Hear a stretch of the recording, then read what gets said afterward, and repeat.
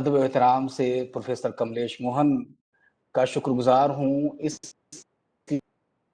لیے انہوں نے اتنے عمدہ پروگرام کو تشکیل دیا ہے، اور اس پروگرام کو جو پروفیسر ڈاکٹر ذاکر کشمیری لال ذاکر صاحب کی یادگار میں یہ ہر سال منایا جاتا ہے پروگرام، اور سیمینار کی صورت میں اب آن لائن ہونے کی وجہ سے یہ ویبینار کی صورت، لیکن اس پروگرام کی جو اہمیت ہے وہ اس لیے ہے کہ جو بھی اس میں بولنے والا ہوتا ہے، جو بھی ہمارا خطیب ہوتا ہے، جو بھی ہمارا مقرر ہوتا ہے، وہ ہندوستان کا ایک مایہ ناز ہوتا ہے.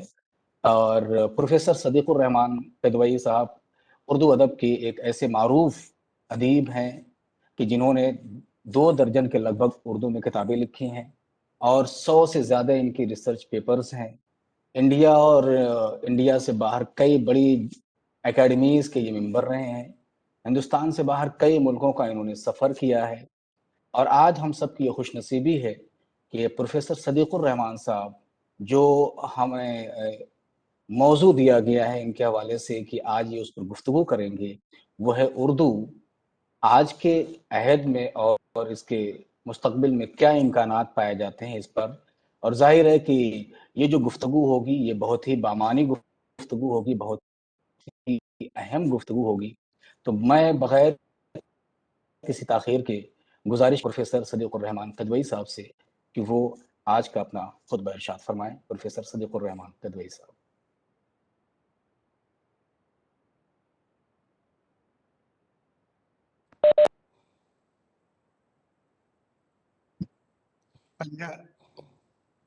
پنجاب یونیورسٹی کے ڈسٹنگوشڈ اسکالرس اور پروفیسر اکشے کمار صاحب، پروفیسر علی عباس صاحب، اور وہ سارے پروفیسرس جو اس وقت تشریف رکھتے ہیں اور جنہوں نے یہاں زحمت کی ہے آنے کی، میں ان سب کا شکر گزار ہوں. اور خاص طور سے یہ مجھے بڑی خوشی ہے کہ پنجاب میں کشمیری لال ذاکر صاحب کو یاد کرنے کا یہ ایک جو طریقہ ہر سال منایا جاتا ہے، یہ بہت ہی یادگار ہے. اور پنجاب سے کشمیری لال ذاکر صاحب سے ہمارا اردو والوں کا تو ایک رشتہ ہے، یہ صرف زبان کا ہی معاملہ نہیں ہے. یعنی اردو کے اور خاص طور سے 20ویں صدی کے سب سے بڑی شخصیتیں اقبال اور فیض اور منٹو اور راجندر سنگھ بیدی، یعنی نہ جانے کتنے نام ہیں جو میں لوں تو آپ کو معلوم ہوگا کہ سب سے بڑی شخصیتیں اردو کی پنجاب نے دی، اور اس کے بغیر ہم اردو ادب کی تاریخ کا تصور ہی نہیں کر سکتے. تو لہذا یہ ایک تاریخی واقعہ، اور دوسرے یہ کہ کشمیری لال ذاکر صاحب جیسے مصنفین کا وہاں ہونا، اور اس کے بعد جو ان کا کنٹریبیوشن ہے وہ اتنا بڑا ہے کہ اسے آل ٹائم بیسٹ اردو زبان کی پوری تاریخ میں رکھا جا سکتا ہے. ان کے بارے میں جتنا کچھ لکھا جا چکا ہے وہ شاید آپ لوگوں نے سنا ہو اور پڑھا ہو، اور خود ان کی زبان سے ان کی کہانیاں شاید سنی ہوں گی ضرور. میں سمجھتا ہوں کہ یہ ایک ایسا موقع ہے کہ جب ہم کشمیری لال ذاکر صاحب کو ہی نہیں بلکہ ایک روایت کو، ایک پرمپرا کو اردو کی پوری یاد کر رہے ہیں. اور اس کا فائدہ یہی رہے گا کہ آنے والی نسلیں جانیں گی کہ ان کے بزرگوں نے کیا کچھ کیا، کیا کچھ دیا. کشمیری لال ذاکر صاحب سے میرے بڑے گہرے تعلقات تھے. میں کئی بار چندی گڑھ آیا، ان کے جلسوں میں بھی شریک ہوا، اور ان سے ملاقاتیں بھی ہوئیں، اور وہ بھی ہمارے دعوت نامے پر اکثر دہلی آتے تھے. دہلی نہیں بلکہ ہندوستان کے ہر شہر میں ان کی عزت تھی، اور انہیں بلایا جاتا تھا اور ان کا انتظار رہتا تھا. ان کا نہ ہونا ہم سب کی لیے بدقسمتی ہے، لیکن ہماری یہ بھی خوش قسمتی تھی کہ انہوں نے ایک لمبی عمر پائی، اور ہمیں یہ موقع ملا کہ ہم ان سے ایک عرصے تک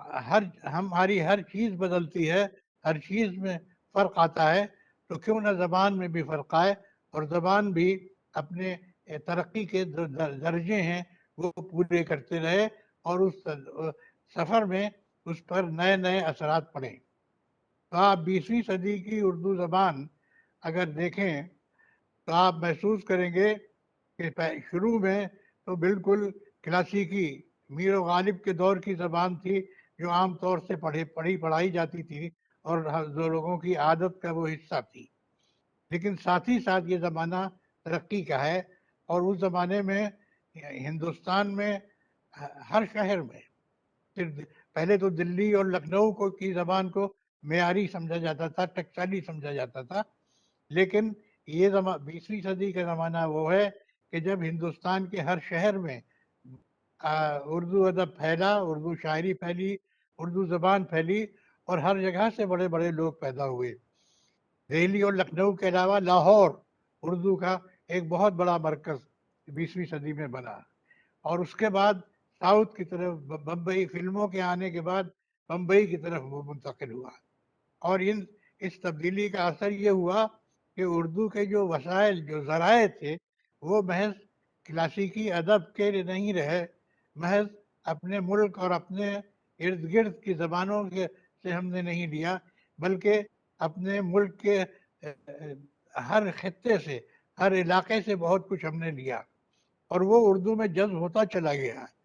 یہ اردو زبان کی خاصیت یہ ہے کہ اس کا دامن ہمیشہ پھیلا ہوا ہے اور ہر سمت سے، ہر جگہ سے، ہر علاقے سے کچھ نہ کچھ وہ حاصل کرتی ہے، اور جو حاصل کرتی ہے وہ اس کے اندر جذب ہو جاتا ہے۔ اردو زبان اب لغت اور گرامر تک ہی محدود نہیں ہے، بلکہ جو کہ پہلے زمانے میں لکھی جاتی تھی، گرامر اور لغت کے بھی اب بدل چکی ہے اور بڑھ گئی ہے۔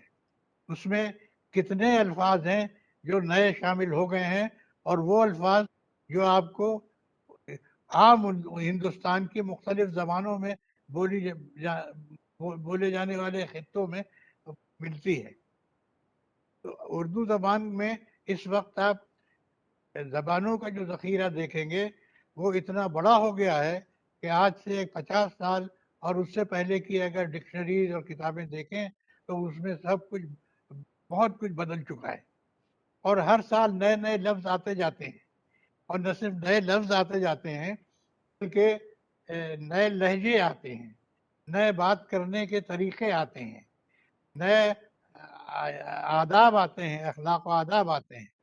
تو لہذا آپ محسوس کریں گے کہ وہ زبان جو آپ نے خود اپنی زندگی میں 50 برس پہلے سنی ہوگی اور دیکھی ہوگی، آج وہ زبان نہیں ہے، بلکہ وہ بالکل بدل چکی ہے۔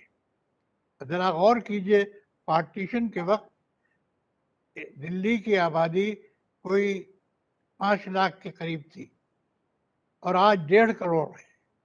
یہ 1.5 کروڑ آبادی جو ہوئی ہے، یہ کیسے ہوئی اور کہاں سے آئی؟ ظاہر ہے یہ زمانہ وہ ہے کہ جب بڑی تعداد میں ایک جگہ سے دوسری جگہ لوگ منتقل ہوتے رہے۔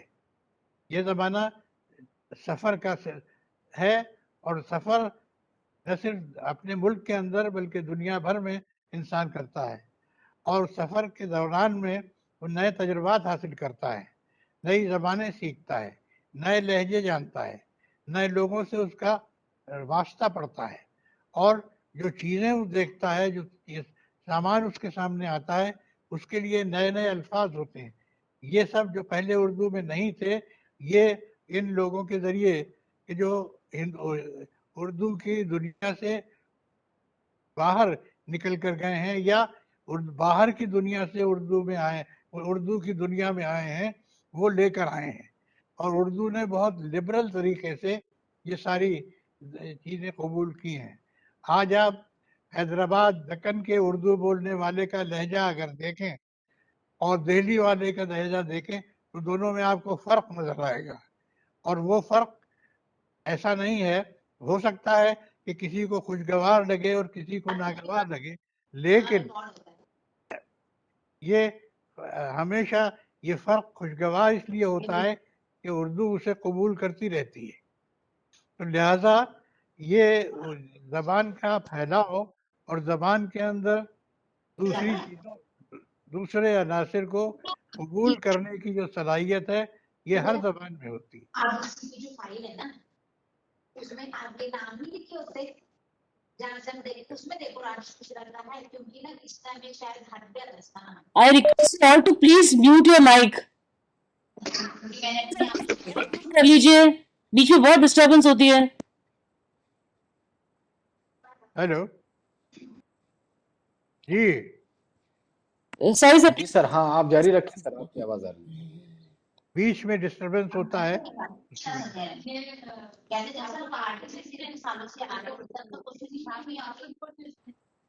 تو میں یہ عرض کر رہا تھا کہ زمانے کے بدلنے کے ساتھ ساتھ ہر چیز میں تبدیلی آتی ہے تو زبان کے اندر بھی تبدیلی آنا لازمی ہے. آپ غور کریں گے تو پتہ چلے گا کہ جیسے 19ویں صدی سے پہلے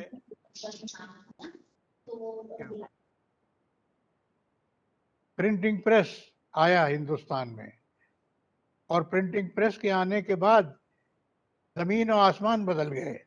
ہاتھ سے لکھی ہوئی کتابیں اور ہاتھ سے لکھا ہوا مضمون اب جب پرنٹنگ پریس میں آیا تو اس میں نئی ٹیکنالوجی نے نئے نئے طریقے نکالی, اور اردو زبان کو لکھنے کو محض ہاتھ سے لکھنا ہی نہیں بلکہ اس کی پبلشنگ, اس کی پرنٹنگ نے اس کو موقع دیا کہ وہ ان علاقوں تک پہنچے اور پھیلے جہاں وہ آسانی کے ساتھ نہیں جا سکتی تھی. کتاب پہلے نقل کر کے ہی دوسری جگہ لے جائی جاتی تھی, اب نقل کرنا نہیں ہو ضروری نہیں ہوا بلکہ اس کے کتاب کی چھپی ہوئی کاپیز ہیں جو ساری دنیا میں پھیلتی ہیں اور پہنچتی ہیں. تو لہذا سب ٹیکنالوجی اور سائنس نے ہمارے یہاں جو اثر ڈالا اس کا اثر زبانوں پر بھی پڑا اور ہر زبان نے قبول کیا, جسے اردو نے بھی کیا. یعنی کیلیگرافی, اردو کی کیلیگرافی بہت خوبصورت ہے اور ایک زمانے تک اس کی بہت قدر کی جاتی تھی, لیکن پھر یہ خیال ہوا کہ یہ بہت مشکل ہے اس کو قائم رکھنا, کیونکہ اس کو لکھنے والے اور اس کو چھپوانے والے اب نہیں رہ گئے. تو ٹائپ کا دور آیا, ٹائپ رائٹر کا استعمال ہوا اور ٹائپ اردو چھپنے لگی, لکھی جانے لگی. لیکن اب پھر انٹرنیٹ کا زمانہ آیا, کمپیوٹر کا زمانہ آیا, تو آپ نے پھر دیکھا کہ اب وہی نستعلیق پرانے زمانے کی ہاتھ سے لکھی ہوئی اردو اب پھر واپس آئی, اور اب پہلے سے زیادہ شاندار طریقے سے, پہلے سے زیادہ خوبصورت طریقے سے ان مشینوں کے ذریعے ہمارے سامنے آئی. اور آج اردو کو اب وہ کمزوری کا احساس نہیں ہوتا جو پہلے ہوتا تھا کہ ہم کیسے اپنی زبان کو اپنے پرانی روایت کے مطابق رکھیں اور دوسرے لوگوں تک پہنچائیں. تو اس طرح سے پرنٹنگ پریس نے اردو زبان پر اور اردو کے پھیلاؤ پر بہت اثر ڈالا, اور پورا ایک مذاق بدل گیا. لوگوں کا آرٹ کی طرف جو رویہ ہے وہ بدل گیا, اور پرنٹنگ آرٹ اپنی جگہ پر قائم ہوا. اس کے ساتھ ہی ساتھ پھر جب اور زمانہ بدلا تو آپ نے دیکھا کہ کمپیوٹر اور انٹرنیٹ وغیرہ کا زمانہ آیا, اور اب ہم جیسے کہ ہم لوگ بیٹھے جس طرح سے گفتگو کر رہے ہیں, مختلف ملکوں کے لوگ بیک وقت ایک ساتھ گفتگو کر سکتے ہیں اور ایک دوسرے سے تبادلہ خیال کر سکتے ہیں. یہ پہلے کبھی کسی نے سوچا بھی نہیں تھا, آج ہو گیا ہے. اور اس کے ساتھ ساتھ یہ لازم ہے کہ نئے الفاظ, نئے لہجے اور نئے لوگ جو نئے نئے خطوں میں, نئے نئے علاقوں میں ہیں اور زبان کو سیکھتے اور بولتے ہیں, وہ آئیں اور وہ اپنے ساتھ اپنے اپنے علاقوں کی اثر کی خصوصیات لے کر آئیں. تو آج آپ دیکھیں گے کہ اردو زبان جو بولی جا رہی ہے وہ اب پرانے زمانے کی وہ زبان نہیں ہے جو کتابوں میں ملتی ہے, جو صرف دلی اور لکھنؤ والوں کی معیاری زبان سمجھی جاتی تھی. آج بہار کے ایک گاؤں سے آپ کو لوگ ملیں گے کہ جو اردو لکھ رہے ہیں اور پڑھ رہے ہیں اور نئی زبان اور نئے لہجے سے لکھ رہے ہیں.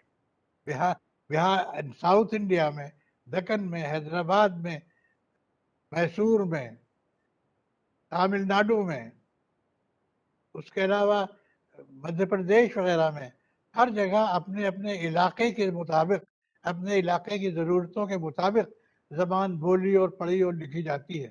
اور وہ جتنی زبانیں ہیں ان سب کا اثر اردو زبان پر پڑتا ہے. اور اردو زبان اسی وجہ سے، اردو زبان کی خوش قسمتی یہ ہے کہ اس نے اب کبھی اپنا دائرہ محدود نہیں رکھا، بلکہ اپنا دل کھلا ہوا رکھا اور ہر طرف سے آنے والے اثرات کو اس نے قبول کیا، لہجوں کو قبول کیا، لفظوں کو قبول کیا، اور ان چیزوں کا اور ان سامانوں کا، ان سب چیزوں کا کہ نام نئے نئے آئے جو پہلے اردو زبان میں نہیں تھے. تو اس طرح سے آپ محسوس کریں گے کہ یہ جو تبدیلی آئی ہے، اس تبدیلی نے بہت بڑا، زبان کی تبدیلی بہت تیزی کے ساتھ ہوئی، اور اس میں مختلف علاقوں کے زبانوں کا اثر ہے. پھر 20ویں صدی سے ایک اور سلسلہ شروع ہوا، وہ تھا فوک لٹریچر کا، لوک ساہت کا، اور جو پہلے جسے گنوارو چیز سمجھا جاتا تھا. دہقانی ایک لفظ آ گیا تھا اردو میں، لیکن یعنی کسانوں کا اور گاؤں کے لوگوں کا لہجہ اور زبان. تو یہ پہلے شرفا کے لیے یہ سمجھا جاتا تھا کہ یہ ذرا نچلے طبقے کی چیزیں ہیں اور ان کو برا سمجھا جاتا تھا. لیکن اب ایسا نہیں ہے.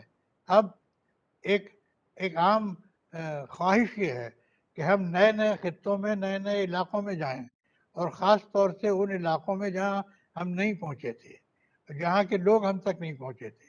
اس میں خصوصاً فوک لٹریچر، لوک ساہت، لوک سنگیت، اور وہ ساری روایتیں جو دیہات میں، گاؤں میں، کسانوں میں، مزدوروں میں ہوتی ہیں، وہ سب کے سب قبول کی جائیں.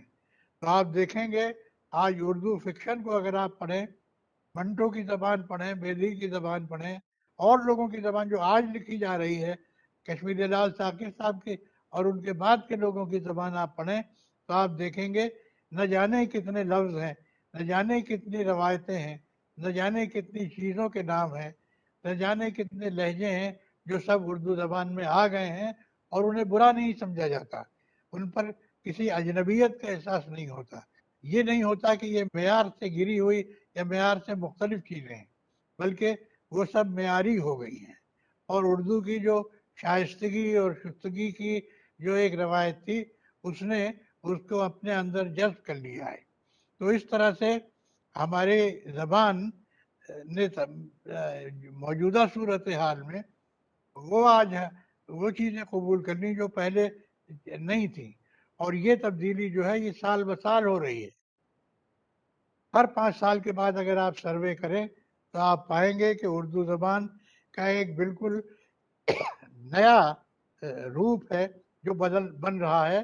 وہ بالکل 100% تو نہیں بدلتا، لیکن اس میں چیزیں آتی رہتی ہیں اور انہیں اردو والے قبول کرتے رہتے ہیں. اور یہ رد و قبول کا سلسلہ جو ہے یہ کبھی مینوپولیٹ نہیں کیا جا سکتا. آپ نے دیکھا ہوگا کہ سرکاری اصول اور قاعدے بہت سے بنتے رہتے ہیں اور زبانوں پر اس کا اثر بہت پڑتا ہے. آزادی کے بعد اردو زبان پر اس کا اثر بہت گہرا پڑا. اردو کو بہت سے اسکولوں میں جو کہ تعلیم کا معیار سمجھی جاتی تھی وہاں سے نکال دیا گیا. لیکن اردو ہماری تہذیبی تاریخ کا ایک حصہ ہے. تو وہ آپ اسے کتنا ہی اپنے سے دور رکھیں، لیکن ہماری زندگی میں وہ اس حد تک شامل ہے جیسے ہماری سانس کی طرح ہے. ہم اسے اپنی مرضی کے مطابق چھوڑ نہیں سکتے اور نہ قبول کر سکتے ہیں، بلکہ وہ ہماری زندگی کا ایک حصہ ہے جو قدرت نے عطا کیا ہے. تو اس طرح سے ہم اپنی زبان میں دوسری زبانوں کے اثرات کو قبول کرتے ہیں، اور نہ صرف دوسری زبانوں کے بلکہ ان زبانوں کے اثرات بھی قبول کرتے ہیں جو ہم سے دور تھیں اور دور سمجھی جاتی تھیں، بلکہ دور رکھی جاتی تھی.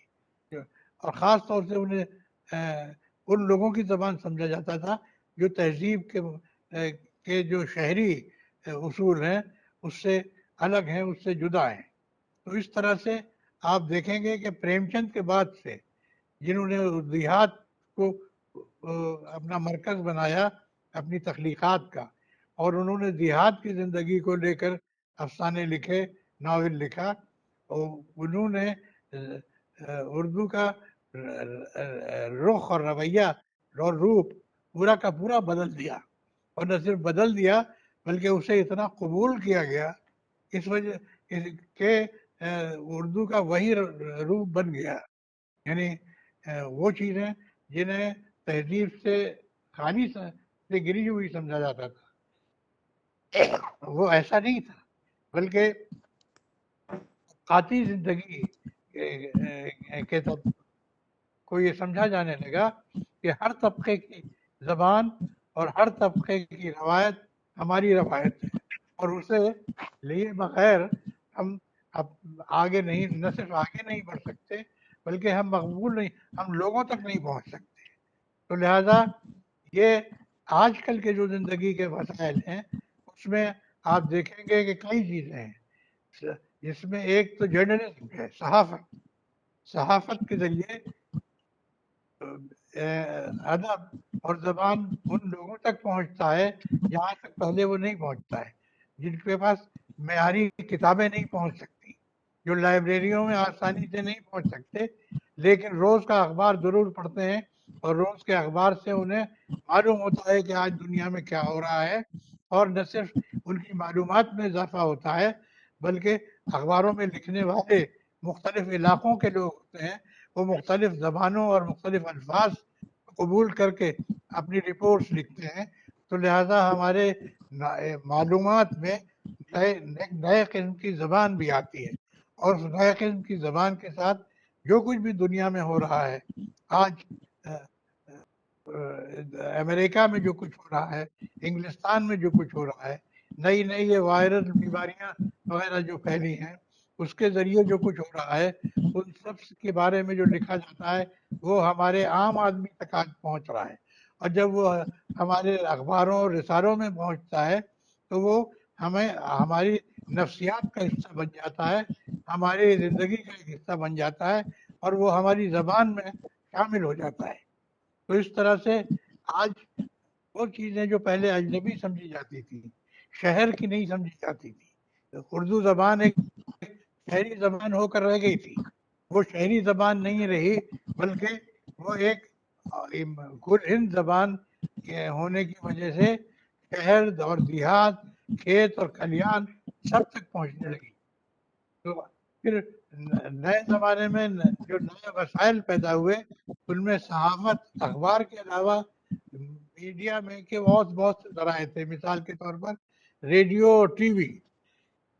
اب ریڈیو اور ٹی وی میں تو ان لوگوں کی بھی رسائی ہے جو لفظ پڑھ نہیں سکتے، جو اسکرپٹ جنہیں نہیں آتا، جنہوں نے کلاس روم میں زبان نہیں پڑھی ہے، جن کے پاس کتابیں نہیں ہیں، تو سہولتیں دستیاب نہیں ہیں جو ہمیں اور آپ دستیاب نہیں ہیں، تو لہٰذا وہ لوگ بھی کہ جو پڑھے لکھے نہیں ہیں، یا وہ لوگ جو پڑھے لکھے تو ہیں لیکن ان کے پاس اتنا وقت نہیں ہے کہ کتابوں کو حاصل کریں، لائبریریوں میں جائیں یا اپنے گھروں پر لائبریری بنائیں، وہ بھی آج میڈیا کے ذریعے، ریڈیو اور ٹی وی کے ذریعے آج کا سارا ادب جان سکتے ہیں، سن سکتے ہیں، یعنی کانوں کے ذریعے اور آنکھوں کے ذریعے ان تک ادب پہنچتا ہے، صرف لفظوں کے ذریعے، چھپے ہوئے لفظوں کے ذریعے نہیں پہنچتا۔ تو اس طرح سے اردو زبان کو پھیلانے کے لیے آج کے جو وسائل ہیں، خاص طور سے میڈیا، اس نے بہت اہم رول ادا کیا ہے اور اسے اردو والوں نے قبول کیا ہے، اور یہ آج کی زندگی کے جو مسائل ہیں ان میں آپ دیکھیں گے کہ پرانے اصول، پرانے قاعدے، پرانے ضابطے وہ سب کے سب بدل گئے ہیں۔ اب ہم اکثر سنتے ہیں، اپنے بزرگوں سے بعض اوقات سنتے رہتے ہیں کہ آج اردو لوگ غلط بولتے ہیں، اردو لوگوں کو نہیں آتی۔ میں سمجھتا ہوں کہ یہ بات صحیح نہیں ہے۔ ہم ہم لوگوں میں سے ہر شخص جو اپنی اپنی عمر کے مطابق ایک خاص اسٹیج پر آ کر رک جاتا ہے اور وہ آئندہ کی طرف نہیں دیکھتا. لیکن ہمیں یہ محسوس کرنا چاہیے کہ یہ زبان کا خراب ہونا یا غلط ہونا یا برباد ہونا نہیں ہے، بلکہ اس کا تبدیل ہونا ہے. جیسے دنیا کی اور زندگی کی ہر چیز تبدیل ہوتی ہے، اور ہم نے خود ہر تبدیلی کو قبول کیا ہے، چاہے وہ لباس کی تبدیلی ہو، چاہے وہ اور نشست و برخاست کی تبدیلی ہو. اسی طرح زبان بھی خاموشی کے ساتھ تبدیل ہوتی ہے، اور اتنی خاموشی کے ساتھ تبدیل ہوتی ہے کہ ہم بھی اس سے بہت آرام سے خاموشی سے اسے قبول کر لیتے ہیں. وہ بھی ہماری عادت کا ایک حصہ بن جاتی ہے. آج سے 50 سال پہلے کے ریڈیو پروگرامز اگر آپ سنیں، پرانی فلموں کو آپ دیکھیں، تو آپ محسوس کریں گے کہ کسی اور زمانے کی چیزیں ہیں. اس لیے کہ آج ہمارا طریقہ، ہمارا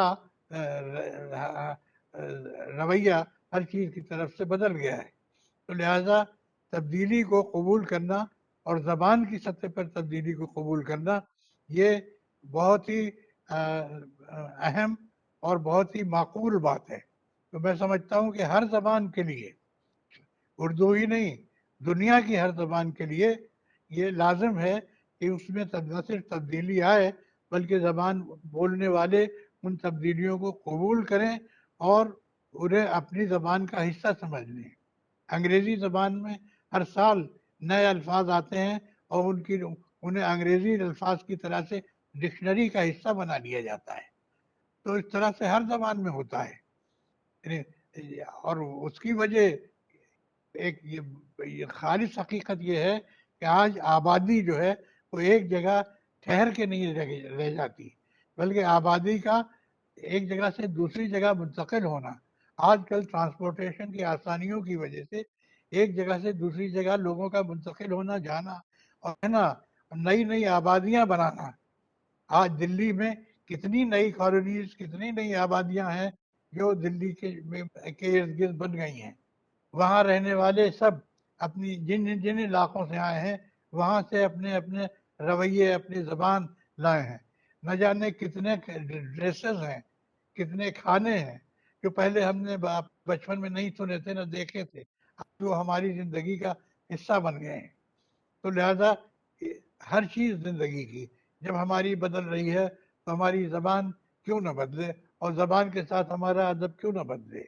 لہذا آج یعنی اقبال کے زمانے میں پرانے قسم کے لوگ اقبال کی زبان میں غلطیاں نکالتے تھے اور کہتے تھے یہ معیاری زبان نہیں ہے، دلی اور لکھنؤ کی ٹکسالی زبان کے خلاف ہے.